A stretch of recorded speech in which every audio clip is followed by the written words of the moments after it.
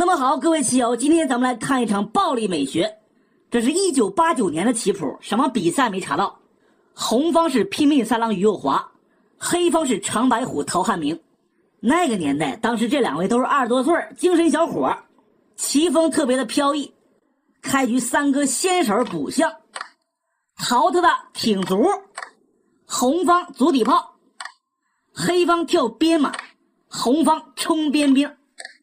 三哥想是我先控制一下你的边马呗，但陶子不干了，硬来往前送卒，红方过河，黑方跳外马。虽然说紧挨着，但红方不能吃丢车啊，车比马大，这不行，那就先走别的，不管呗，冲兵。黑方补象，红方跳马，黑方也跳个马，红方退炮。黑方上马踩卒，红方重炮一打，完完全全的散手棋。黑方往回一蹦，三哥跳边马射下一把飞刀，要是随手把兵一吃那就坏了。红方会出车捉炮，进炮用车来保还是退车保炮，红方都是打死车。你躲炮也是打呀，这车没点，那看来黑方只能这样走了。红方吃炮，黑方吃马，没丢子是吧？但对手极有可能会进炮打底象，红方踩炮，黑方再打，黑方上士，之后再下底车。切记这个车还在险地，不管你怎么躲，黑方这俩士肯定是没了。一会儿红方再把家里的车一出动，黑方就要凉凉，不好防。红方的棋干得过啊。回到实战，三哥跳边马，陶他算到了没吃，这里选择进卒过河。如果用炮打，黑方可以吃兵了，当时用象踩的，那黑方还是不能吃，这里选择进炮打马。红方补象，黑方进车吃兵，红方出车捉炮，按理说应该是平车保炮，这样走是非常平稳的。当时选择炮击中象，这样一来就拉开了对攻的序幕。那这里红方要是踩炮，黑方必然会吃边马，三哥先打车，已经是没点了，黑方就打马。红方要是打车，黑方还能打马，那就先把这底象敲了，拆开炮架。黑方踩炮，红方打车，黑方把炮离开巷口。看一下什么造型啊？红方双车马炮，三个兵单车象，黑方是车双马双炮三个卒单车象，但明显红方好走啊。下一招捉炮，先手啊，黑方一保，红方用左车捉马，又是先手，黑方下底炮一将，红方又回来垫，黑方再推炮。三哥说我用右边的车抓不行吗？正常肯定要逃马呀，比如说往回跳，但陶特大决定弃子攻杀，他先冲个卒，红方吃卒捉双，黑方跳马对子儿，红方踩马，黑方没有打，他是下底炮一将，三哥上帅，黑方进车一将。这里剩3楼，再来一下回2楼，紧接着平炮打车。哎呀，这一番操作啊，当时红方是往回跳马，其实也可以马踩中卒，黑方踩马，红方就给他捉死，这棋保也保不住。如果打车，红方就平炮一将啊，黑方一垫，红方再吃炮，一车换双，黑方给马一跳，红方这空头炮就有了，也是不错。实战三哥没有踩中卒，他是往回垫啊，想保留这车，黑方吃马，红方也能吃。不过陶特大又走了一招比较猛的棋，平炮打兵。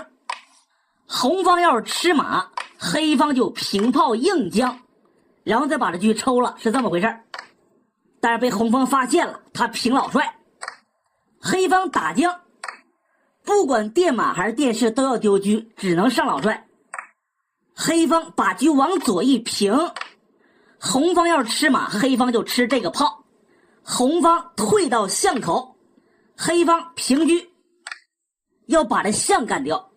三哥一看表差不多了，该轮到我起范儿了。他也不吃这马，这一选择平车砍底士。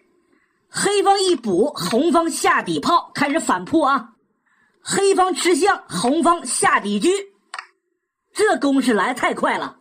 现在要打底象，黑方只能出来。红方打象，黑方上将，紧接着退车捉马。黑方吃炮不太敢，红方一吃马，一会儿再平车将就完了，不能这样走啊！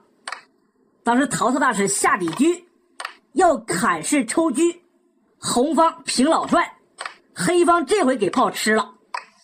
哎，三哥也气死了。这里红方还是不能吃马，黑方平炮硬将啊，老帅在中间嘛。红方走的是马回窝心踩炮，黑方一躲，红方捉上面这个。按理说这个炮不能要了，应该选择退车啊。当时还是想保住。那红方平车一将，黑方电视，红方停止了进攻，没有砍。猜测第一呢，应该时间比较紧张。第二，三哥想多玩一会儿，想快速取胜，可以砍士啊。黑方躲将，平车将，往左再退车，照头来一下不就死了吗？没法捡。那咱们就继续吧。三哥没有吃士，他是用车抓炮。黑方一躲，红方用这个车砍士。黑方平将，红方捉双。黑方保炮，红方吃炮。对手呢就跳马，红方进车巡河。黑方踩兵，红方平车一捉。黑方把中炮架上了，这就被锁住了。红方用车抓中卒。黑方这车呢挺尴尬，没法打将士马脚。你放这保卒呢，红方直接砍炮，这不白丢吗？当时选择平车，红方吃卒，黑方出老将叫杀，进车将就死了。红方把窝心马一跳，现在没有杀旗了。黑方跳马用炮将，红方直接砍炮，黑方踩底士一将，往右闪躲，跳马一将，往后一退，黑方用车将电视，回马一将，红方上帅给车一坐，红方吃马一招毙命。这个棋最后一顿折腾啊，还是红方赢了。现在黑方没时间走别的，只能说上士，那这马就上去了。那红方不就必胜了吗？你要是捉马，那红方就平老帅叫杀，黑方还得退车防守，那红方就跳马呗，也是能赢。这局杀的是真爽啊！现在这种棋呢比较少见了，下期再见。